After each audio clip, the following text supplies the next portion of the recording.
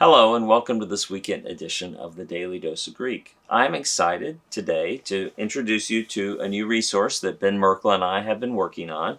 It's entitled 1 John, a New Testament Greek Reader. 1 John, a New Testament Greek Reader. And what this is basically a textbook. You can use it in a classroom, you can use it for personal study or review.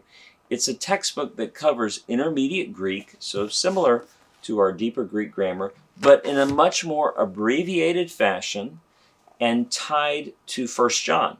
So over 14 brief chapters in here. You can see it's quite a bit shorter than deeper Greek. It's this paperback here.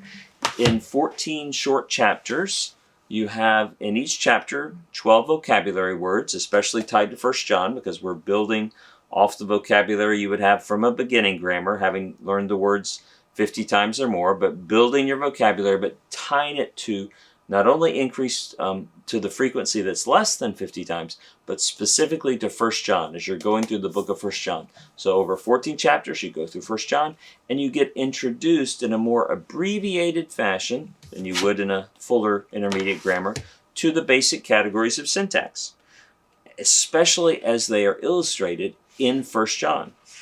Sometimes we couldn't find examples in 1 John, and so we had to go outside of 1 John, but as much as possible, all the examples come from 1 John, whenever we could do that. So very similar layout to our deeper Greek grammar, but again, in more abbreviated fashion. So you have a chapter on the genitive case, the dative case, tense and verbal aspect, participles, infinitives, word studies, all covering all that standard intermediate grammar material in more abbreviated fashion.